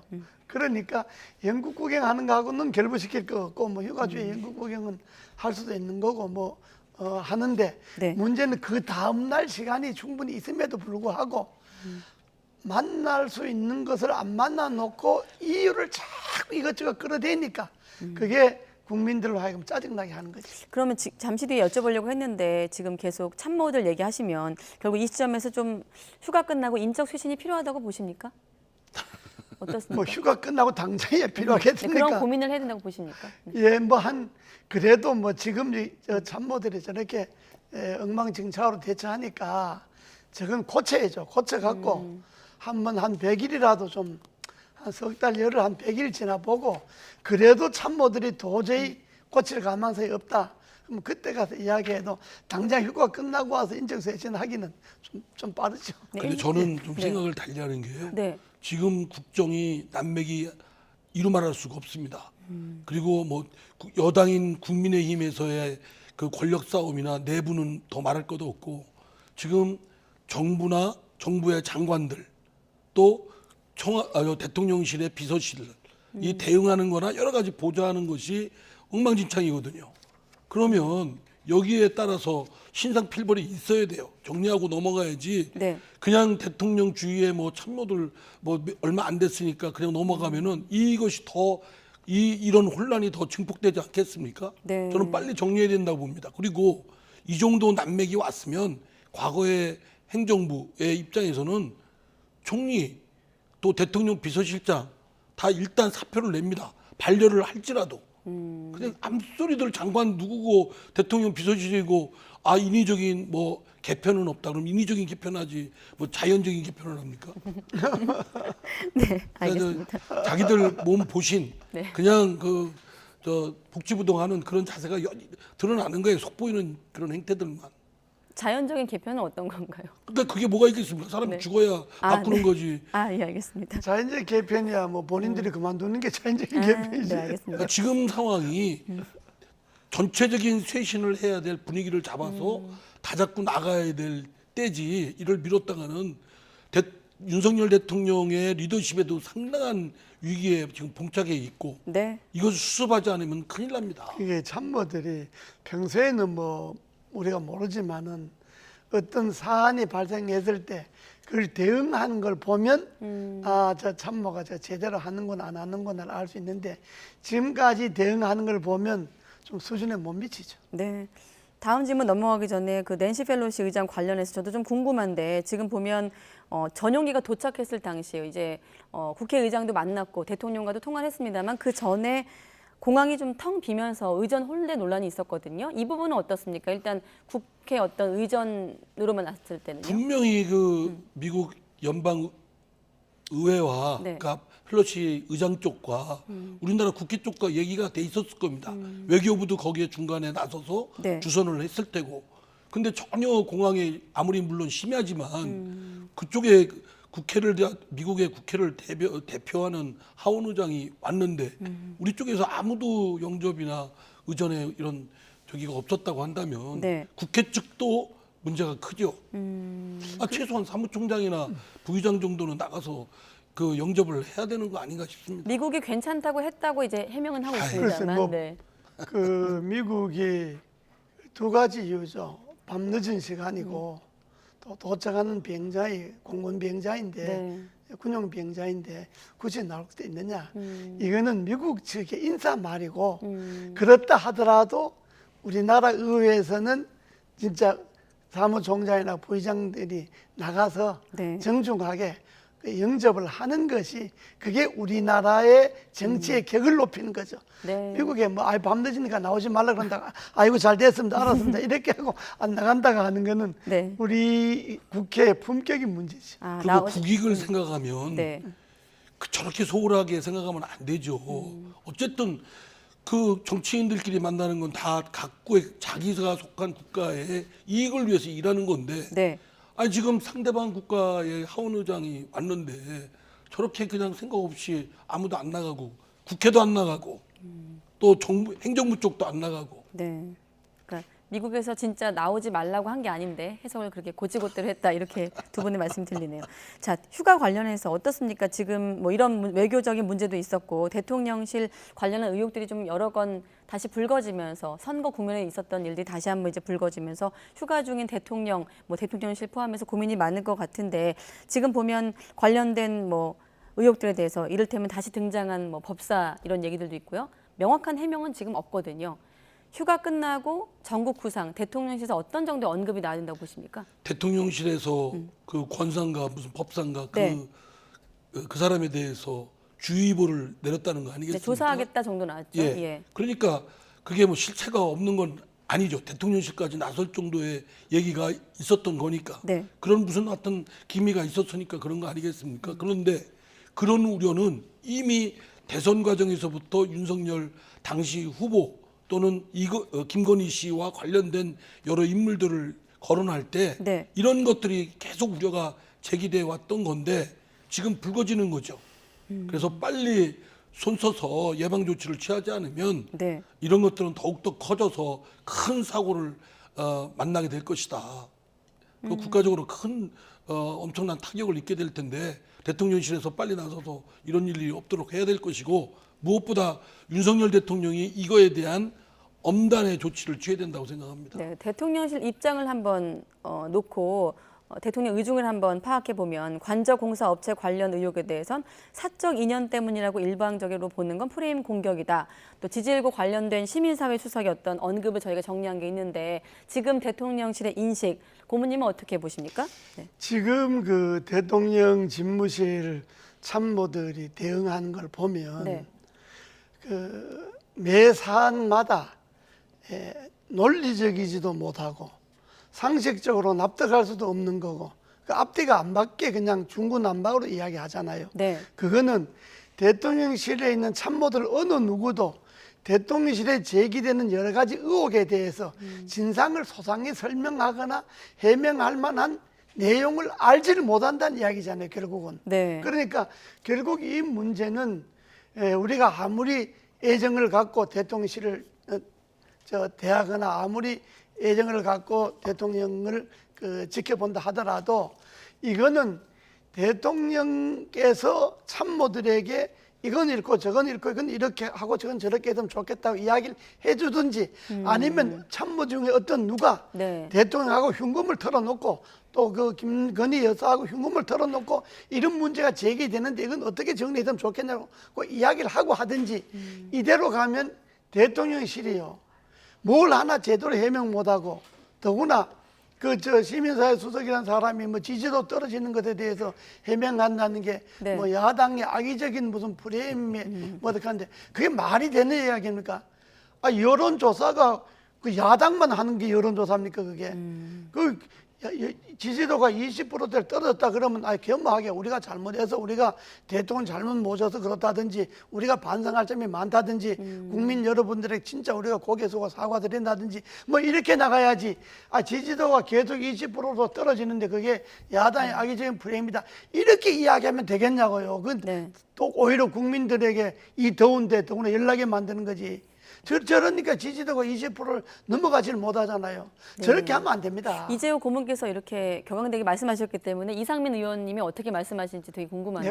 내가 문제 이야기를 다 했으니까. 네, 악의적 프레임에 대한 답변을 들으면요. 오얏나무 밑에서는 가끔도 매지 말라는 우리 조상들의 그런 네. 말씀들이 있지 않았습니까? 예. 정말 공직자는 공사를 구분해야 되고 공사를 구분해야 되는 것뿐만 아니라 혹시 공사를 구분 못한다는 의심을 받을까 봐 몸가짐을 굉장히 조심을 해야 됩니다.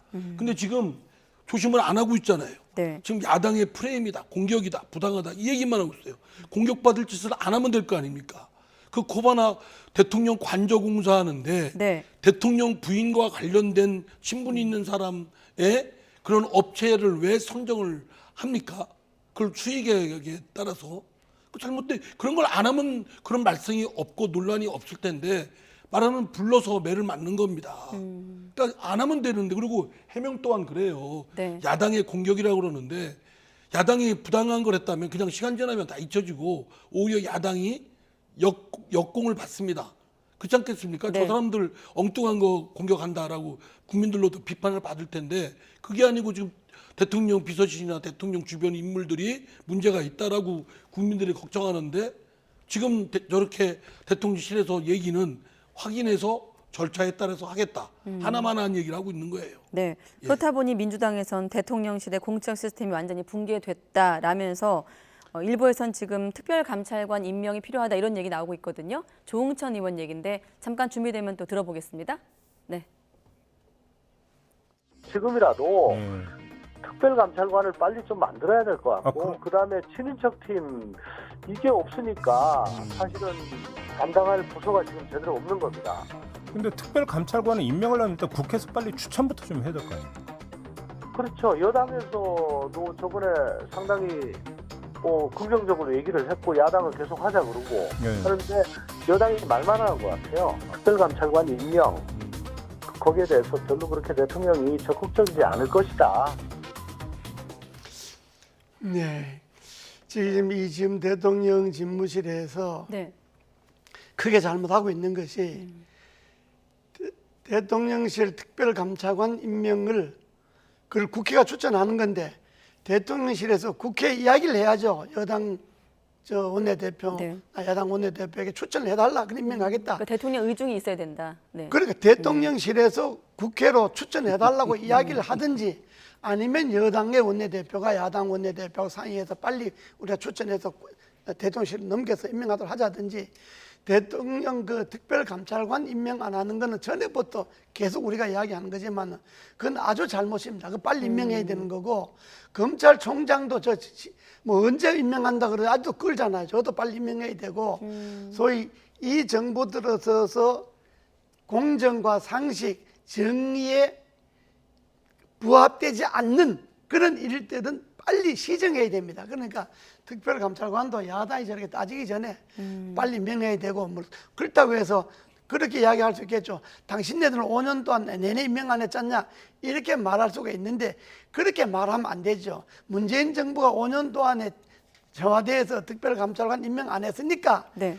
윤석열 정부는 들어서자마자 바로 임명해야죠. 그것이 국민들이 바라는 바 아니겠어요?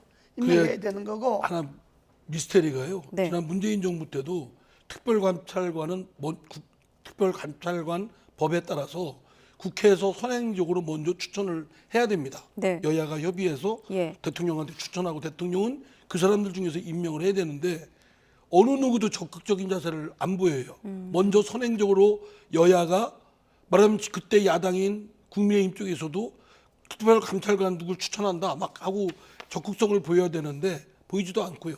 대통령 측에서도 지금 말씀하신 대로 요청도 안 하고 지금도 똑같습니다.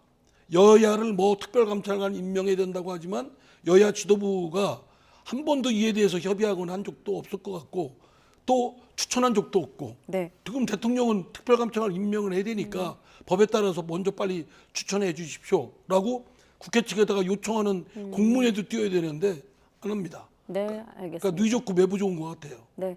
이런 것이 국민의힘은 대통령실 눈치 보는 거고 민주당은 자기네들도 5년 돈 안 했으니까 뭐 적극적으로 나서기가 좀 미안하고 그런 우물 넘어가는 것 아닙니까? 저렇게 하면 안 됩니다. 네, 알겠습니다.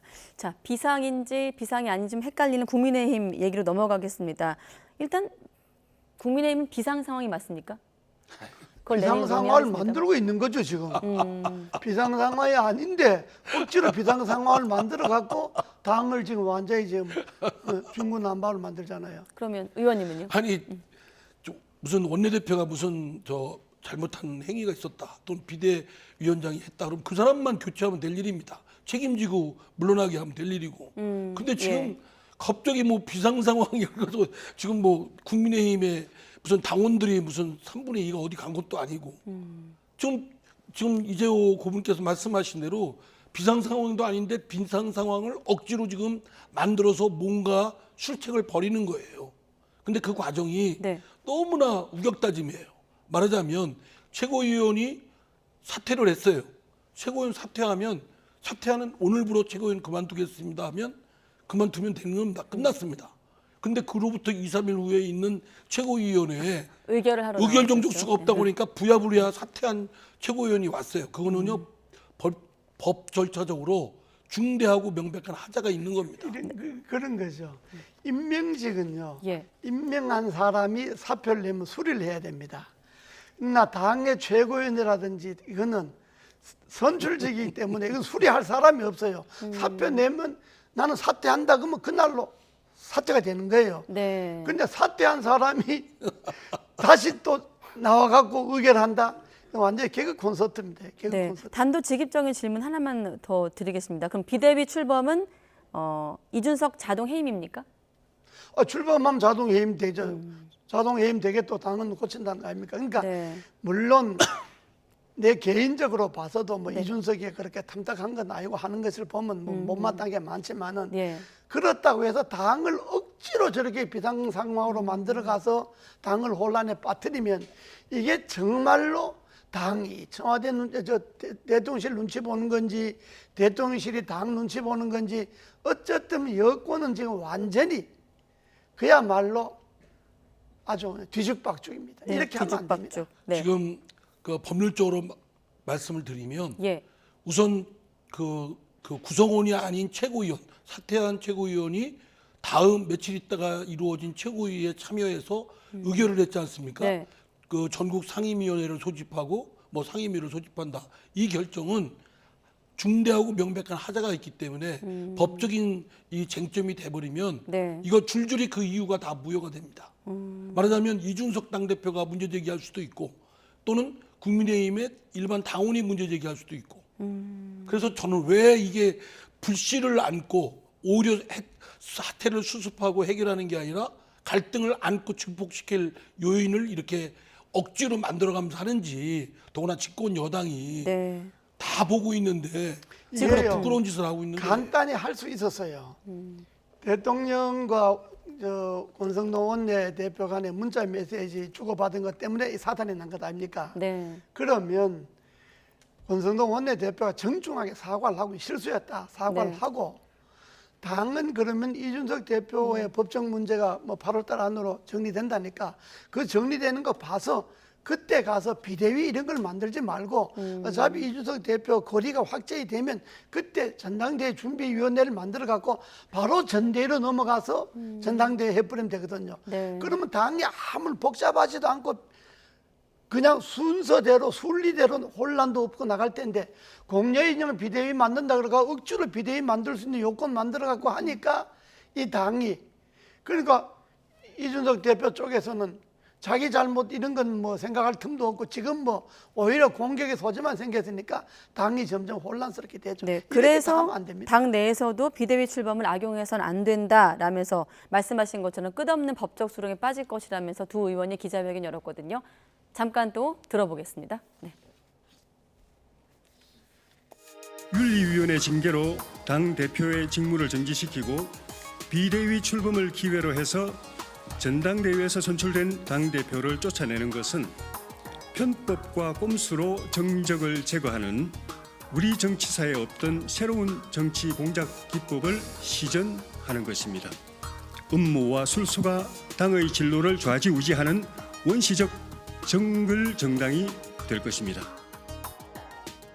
젊은 당 대표를 몰아내기 위해 명분 없는 징계에 이어 억지 당원 개정까지 하려 합니다. 이 대표 몰아내기는 당원 당규와 법리적으로 아무런 명분도 정당성도 없습니다. 특히 정권 교체에 힘을 실어준 국민에 대한 예의가 아닙니다. 네, 오늘도 여쭤볼 게 많은데 시간이 아쉽습니다만 지금 제가 두 가지 질문을 한꺼번에 드리면 지금 이준석 대표도 지금 어쨌든 위기 당대표 복귀가 좀 막혀지자 반발 수위가 좀 올라가고 있는 상황인데 지금 앞서 두 의원이 낸 이른바 이준석 컴백 어떤 당원 개정 카드거든요. 변수가 될까요? 국민의힘이 제대로 된 당이라고 한다면 저 두 분만 목소리 내면 안 되겠죠. 지금 분명히 잘못되고 탈법하고 꼼수 부리고 있고 네. 그게 대통령까지 나서서 개입하고 있는 문제라면 정말 양심 있는 국민의힘의 구성원들이라고 한다면 국회의원들이라고 한다면 네. 절대적으로 나서야 되는데 저 두 분만 나서는 모습이 국민의힘의 민낯이죠.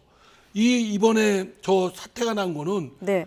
사실은 권성동 원내대표가 카메라에 잡힌 것이 문제를 자꾸 그쪽한테만 책임을 지우는데 네. 원초적으로는 저 윤석열 대통령이 내부 총질 당대표 운운한 것 때문에 생긴 거 아닙니까? 그 권력 싸움에 진흙탕 같은 권력 싸움에 대통령이 원격 조정하고 있구나. 이게 뭐 사태의 본질인데 그럼 사과할 사람은 윤석열 대통령이죠. 근데 지금 뒤죽박죽하게 뭐 이준석 당대표를 내쫓느니 맞드느니 국민들한테 보여주는데 뭐 학원 발건 솔직히 그건 별 가치도 없는 얘기니까 네. 거론하지 않겠습니다만 한심해 보입니다. 본질은 대통령 문자에 있다라고 그렇습니다. 보시는 거고요. 예. 네. 저 조혜진 의원이나 하태경 의원이 발언한 것에 대해서는 뭐 내가 동의를 하거나 그러진 않지만은 네. 그러나 당에서 이 와중에 저렇게 소신껏 자기 목소리를 낼 수 있다고 하는 건 그건 존중해야 합니다. 그리고 저 뭐 개정안 내도 지금 이 분위기에서 저 개정안이 통과되겠습니까? 네. 통과는 안 되겠지만은 그러나 당이 어려울 때 정도를 걸으려고 하는 목소리가 끊임없이 나와야 됩니다. 그렇기 때문에 지금 국민의힘이 저런 목소리들을 자꾸 소외시키거나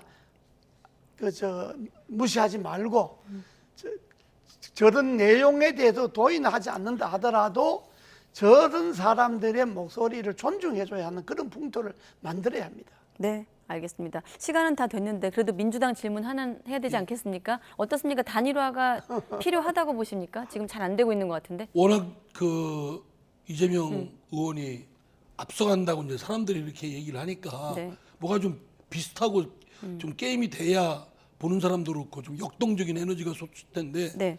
좀 그렇지 못하다는 평가니까 아무래도 그 박용진, 강훈식 두 그 의원이 좀 단일화하면 좋겠는데 보기에는 쉽지 않을 것 같습니다. 네, 조홍천 의원은 명절 때 결혼 질문 같은 거란 질문이라고 했는데 그래도 드리면요, 이재용 고문님께 드리면. 저는 뭐 하나만 한 당대 전 이재명 대표로 가는 수순이고 그 과정에서 강훈식 의원과 박용진 의원이 이제 애쓰는데 네. 민주당 현재 하는 그 돌아가는 거는 애쓰는 걸로 끝나는 거고 그냥 네. 이재명 대표로 그냥 가는 겁니다. 네, 알겠습니다. 여기까지 듣겠습니다. 네, 이재호 상임 고문, 이상민 더불어민주당 의원 두 분과 함께했습니다. 고맙습니다. 네.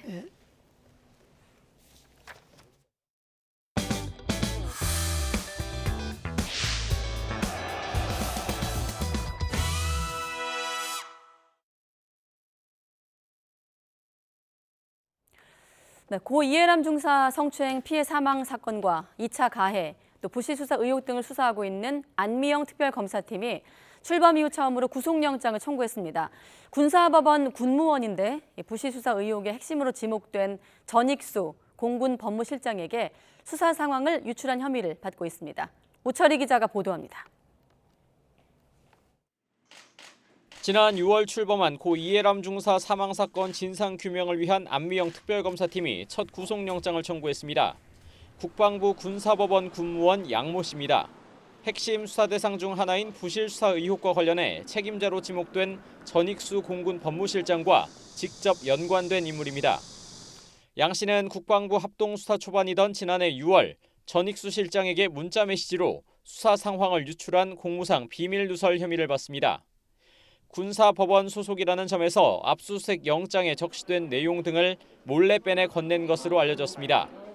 앞서 국방부 검찰단도 같은 혐의로 구속영장을 청구했지만 군사법원은 범죄 혐의 소명이 부족하다는 등의 이유로 기각했고 양 씨는 이후 군 수사심의위원회를 거쳐 불기소 처분됐습니다. 그러나 특검팀은 압수수색과 디지털 증거 분석, 관련자 조사 등 수사를 통해 새롭게 확보한 증거들로 추가 범죄 혐의를 확인했다고 밝혔습니다. 기존 혐의를 입증할 증거를 보강하고 추가적인 혐의까지 발견했다는 겁니다. 또 특검팀은 현재 수사 대상인 불법 행위 관련자들에 대해 광범위한 수사를 진행하고 있다고 설명했습니다. 앞서 국방부 검찰단이 불기소 처분한 전익수 실장을 비롯한 핵심 인물들의 소환 조사와 추가 영장 청구를 시사하는 대목입니다. 양 씨에 대한 영장실질심사는 내일 오전에 열리고 구속 여부는 오후 늦게 판가름 날 전망입니다. 이해람 특검팀이 수사기한 연장 요청에 이어 사건 관계인에 대한 신병 확보의 신호탄까지 쏘면서 면죄부를 받았던 핵심 인물들의 혐의를 밝히고 진상을 규명하는 임무를 완수할지 주목됩니다. YTN 우철입니다. 조국 전 법무부 장관에 대한 징계 요청을 보류했던 오세정 서울대 총장에 대해서 교육부가 다시 징계를 요청했습니다. 법에 따라 징계 절차를 진행하지 않아 징계 사유 7건에 대해 책임을 물을 수 없게 만들었다는 이유입니다. 김연아 기자가 보도합니다. 교육부가 조국 징계를 미룬 서울대 오세정 총장에 대해 재차 경징계를 요구했습니다. 서울대 총장에 대한 징계 요청이 내려진 건 2011년 법인화 이후 처음으로 지난 5월 오 총장 징계 요구에 서울대가 반발해 재심의가 진행됐지만 같은 결과가 나온 겁니다. 교육부는 오 총장이 조 전 장관 등 기소된 2명에 대해 징계는커녕 징계 요구 의결 요구조차 미뤄서 징계 사유 7건의 소멸시효가 완성됐고 이 때문에 앞으로 법원에서 유죄 판결이 나도 징계할 수 없게 됐다고 설명했습니다. 오세정 총장은 앞서 지난 2020년 조 전 장관에 대한 징계를 요구받았을 때 사법부 판단을 기다리겠다며 징계위를 소집하지 않았습니다. 징계를 의뢰할 때는 그 혐의 사실을 적시를 해야 되는데 그 적시하기가 어려워서 지금 유보하고 있는 상태입니다. 그런데 재판이 길어지면서 조 전 장관은 직위 해제 상태로 교수직만 2년 넘게 유지했고 이 기간 급여를 받은 게 논란이 되기도 했습니다. 서울대 교수협은 이번 감사 결과 역시 교육부가 지나친 징계를 요구해 대학의 자율성을 침해하고 있다고 비판했습니다. 총장이 부의를 안 한 책임을 묻는 거는 저도 어느 정도 수긍은 되는데 그렇다고 해서 교육부가 도과했다는 것까지 모두 합쳐서 이 총장한테 징계를 내린다는 거는 그거는 제가 봐선 너무 나간 거예요. 교육부는 징계 시효가 남아있는 사안에 대해 서울대 측이 후속 조치하도록 통보했습니다. 사실상 징계 의결을 거듭 요구한 건데 이번에도 이행하지 않으면 행정 제재도 가능합니다. YTN 김연아입니다. 수행비서를 성폭행한 죄가 확정이 돼 교도소에서 복역을 해온 안희정 전 충남지사가 만기 출소했습니다. 안희정 전 지사는 오늘 오전 수감 생활을 해왔던 여주교도소에서 출소했습니다. 안 전 지사는 출소 심경이나 피해자에게 할 말이 있느냐는 등의 취재진의 질문엔 아무런 답을 하지 않고 자리를 떠났습니다. 김건희 여사와의 통화를 몰래 녹음해 방송사에 제보한 혐의로 고발당한 서울의 소리 기자가 경찰에 출석했습니다. 피고발인 신분으로 조사를 받은 이 기자는 지난해 7월부터 6개월 동안 50여 차례에 걸쳐 김 여사와의 통화를 녹음했고 이 내용은 MBC와 유튜브 채널 열린공감TV를 통해 공개됐습니다. 이 기자의 변호인 측은 조사 전 취재진에게 범죄 사실이 성립하지 않는다며 무리한 고발이라고 주장했습니다. 만취한 채 운전하다가 경찰차를 들이받고 경찰관을 다치게 한 60대 남성이 추격전 끝에 택시기사의 도움으로 경찰에 붙잡혔습니다. A씨는 오늘 새벽 3시 50분쯤 음주운전 의심 신고를 받고 출동한 경찰을 피해 도주하다가 경찰차를 들이받아 경찰관을 다치게 한 혐의를 받고 있습니다. 경찰 조사 결과 A씨의 혈중 알코올 농도는 면허 취소 순인 것으로 드러났습니다. 오늘 아침 8시쯤 경기 부천시 상동에 있는 교차로에서 오토바이가 좌회전하던 시내버스와 부딪혀 오토바이 운전자와 버스 승객 4명 등 모두 5명이 다쳤습니다. 경찰은 비보호 좌회전 구간이라 신호 위반에 의한 사고는 아니라고 보고 오토바이 운전자가 치료를 마치는 대로 속도 위반을 했는지 등을 조사할 방침입니다. 오늘 아침 7시 반쯤엔 전북 완주군 동상면 동상계곡에서 30대 남성 A씨가 3m 깊이 물에 빠져 숨진 채 발견됐습니다. 이 남성은 지인들과 계곡에 놀러 갔다가 이날 새벽 2시까지 술을 마신 것으로 전해지고 있습니다. 민주노총 공공운수노조 화물연대가 사흘째 집회를 열고 농성을 벌이고 있는 하이트진로 강원 홍천 맥주공장 앞에서 일부 노조원들이 일대 강으로 뛰어내리는 일이 발생했습니다. 오늘 오전 10시 55분쯤 경찰 기동대가 투입돼 해산에 나서자 이에 저항하는 과정에서 조합원 5명이 다리에서 인근 강으로 뛰어내린 것으로 알려졌습니다. 이들은 신고를 받고 출동한 119 구조대에 의해 무사히 구조됐습니다. 네, 이번엔 다누리입니다. 우리나라 첫 달 궤도선인 다누리가 발사 준비를 모두 마쳤습니다. 내일 발사에 성공하면 우리나라는 세계 7번째 달 탐사국이 되는데요. 다누리를 시작으로 지구 중력을 벗어난 심우주 탐사가 본격적으로 시작될 전망입니다. 보도에 양회영 기자입니다. 발사를 하루 앞둔 국내 첫 달 궤도선 다누리. 미국 플로리다주 케이프 커네버럴 우주발사장에서 팔컨 9 발사체에 실려 우주로 떠나게 됩니다. 다누리는 팔컨 9의 점검 과정에서 추가 작업이 생겨 발사가 이틀 연기됐는데 스페이스X 측은 발사체를 포함 내일 오전 발사를 위한 모든 준비를 마쳤다고 밝혔습니다. 다만 날씨의 급변 상황만 최종 변수로 남아 있습니다. 가장 주된 포인트는 위성의 상태가 다 준비되어 있는지 이미 그거는 저희가 어제 다 통보를 했고요. 발사체 준비 상태는 제가 보기에는 지금 발사체 조립까지 다 완료된 상태라 큰 이슈는 없고 남아있는 건 아마 이제 기상 조건일 텐데. 다누리는 발사 40분쯤 발사체에서 분리된 뒤 44분쯤 달 전위 궤적에 진입하게 됩니다. 이후 4개월 반 동안 나비 모양의 궤도를 따라 약 600만 킬로미터를 돌아와 12월 16일 달 궤도에 도착합니다.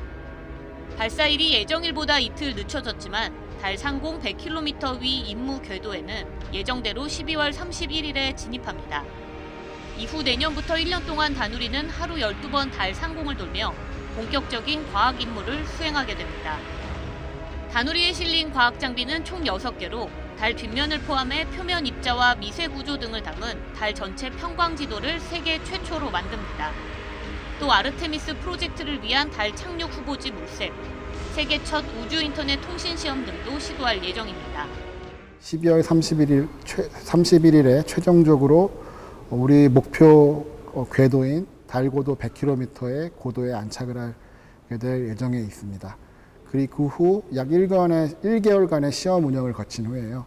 2023년 2월 1일부터 과학 임무를 수행할 예정에 있습니다. 우리나라 최초로 지구 밖 탐사에 나서는 다누리. 다누리가 올해 말 달 임무 궤도에 예정대로 안착하면 대한민국의 심우주 탐사 시대가 본격적으로 열릴 전망입니다. YTN 사이언스 양회영입니다. 흑해항로를 통해 출항한 첫 우크라이나 곡물 수출 선박이 튀르키예에서 검사를 통과해 최종 목적지인 레바논으로 떠났습니다. 레바논에 무사히 도착하면 앞으로 하루 최대 3대의 곡물 수출선이 우크라이나에서 출항할 수 있을 것으로 알려졌습니다. 이종수 기자의 보도입니다.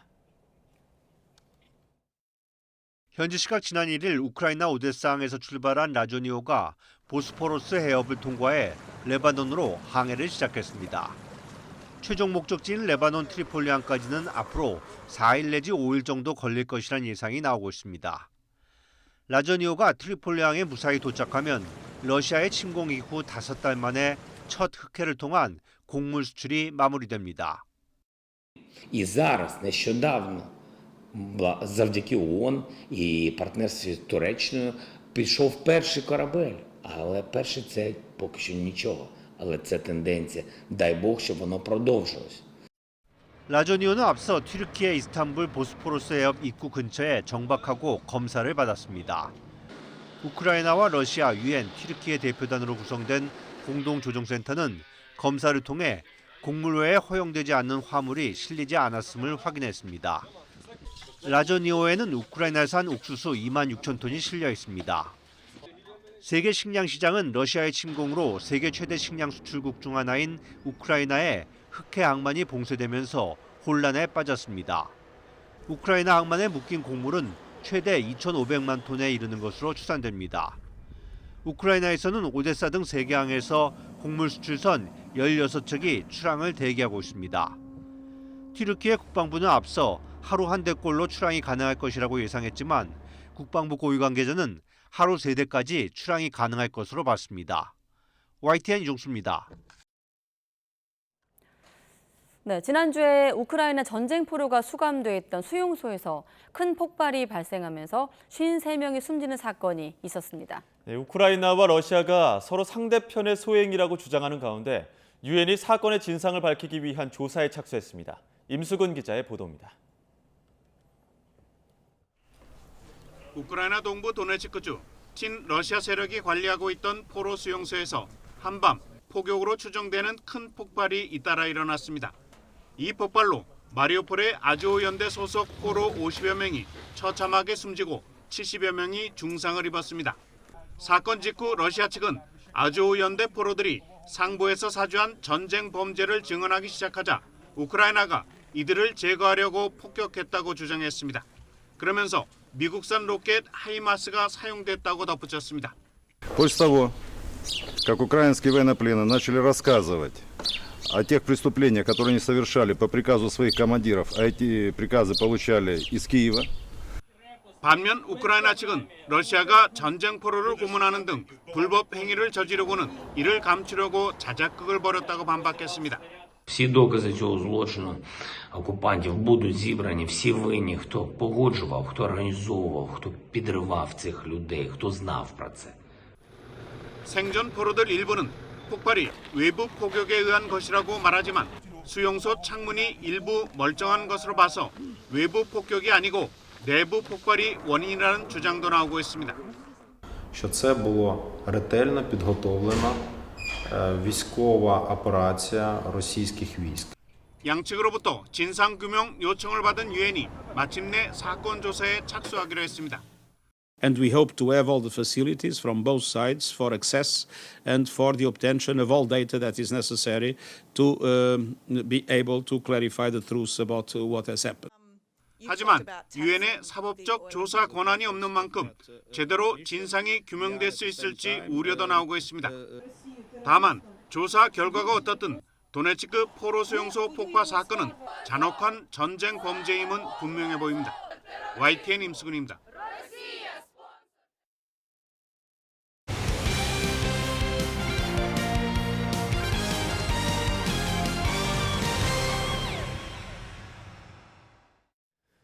국내 여자 프로골프가 제주 삼다수 대회를 시작으로 후반기 일정을 시작했습니다. 아직 파문이 가라앉지 않은 윤이나 선수의 부정 행위에 대해서는 선수들 대부분 말을 아꼈지만 대체로 일어나선 안 될 일이 일어났다는 반응입니다. 제주에서 김상익 기자가 보도합니다.